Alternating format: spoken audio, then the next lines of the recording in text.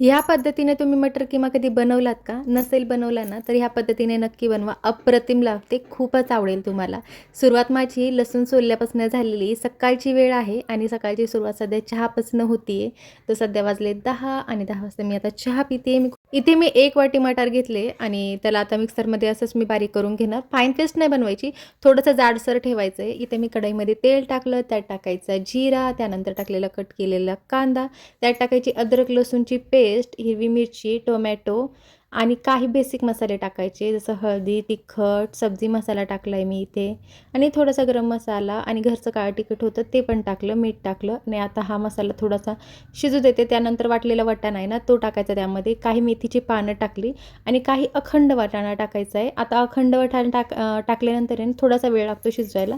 त्यासाठी थोडं 10 मिनटं ह्याला शिजवून घ्यायचं. आता लास्टमध्ये मी आहे ना, काजूची पेस्ट आणि फ्रेश क्रीम असते ना, ती टाकायची असते. माझ्याकडे क्रीम नव्हती, तर मी आपली दुधावरची मलाई असते ना, ती टाकलेली आणि काजूची पेस्ट.